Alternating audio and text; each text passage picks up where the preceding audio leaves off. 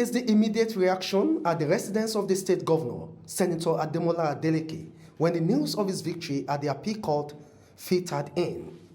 The voice of the people is the voice of God. The people of Osun, they've spoken. Of course, the judiciary, they are spoken to. The governor, who described his victory as a well-deserved one, stressed that the judgment reflects the expectations of the people of the state, as he called on the opposition APC to work with him in developing the state. We are all sure that is democracy, at play. So that is why I'm saying that there is no victor, no vanquished. So we should all come together and work together and make us great again.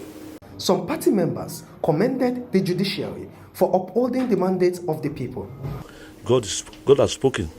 Even the judiciary has spoken now that the victory is for the PDP and Senator Ademola Adeleke. So, His Excellency Senator Ademola Adeleke, they love him so much. That is the reason why they voted for him immensely in the July 16, 2022 election.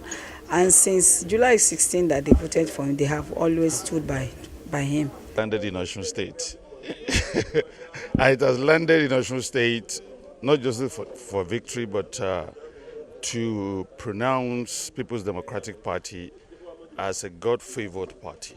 The state capital, Osogbo, remains peaceful as most security personnel were seen in strategic locations across the metropolis to maintain law and order.